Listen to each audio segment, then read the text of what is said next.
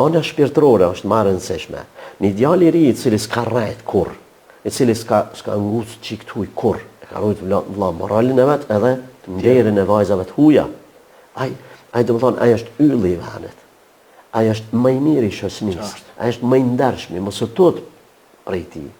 E të thonë që të standard, pse mos me vlerësu, po më që me vlerësu, një standard që është i kundërta që i kanë rrugë kaq, ka punë me aq.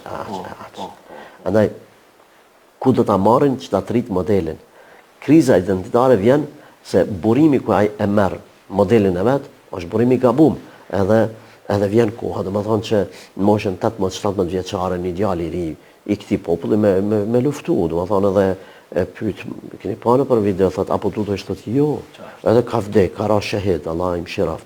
Ata 17, 18, 19 vjeçar. Kurse vjen sot koha, do të thonë me një djalë i ri me pantoll, do të thonë në fund prapanicës këtu kërkoj falje për këtë shprehje, edhe do të thonë stil kollerit apo thonë se mi dal masa.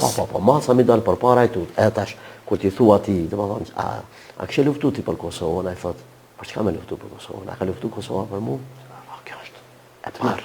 Tmerr do një i ri që thot këtë, do të thonë na apo nuk po besoj, unë jam i bindur që është e vërtetë, do të thonë si shumic, do të thonë që mas 50 vjetë, kush ka më mbrojt këtë vatan? Kush ka më mbrojt? Ata cilët dalen edhe i thojnë rinis, ma mirë me shku, ma mirë me hynë apo me pa Big Brother se sa me shku në xhami? Qatë rini që ti thu shko këqyrë, ata e mos shko në xhami me marrë desku, e mëson me dash vatanin dhe me pas identitetin tanë, do të thonë që ta mëson që ky vatan, që ky popull, që ky kulturë, që ky fe, që ky din.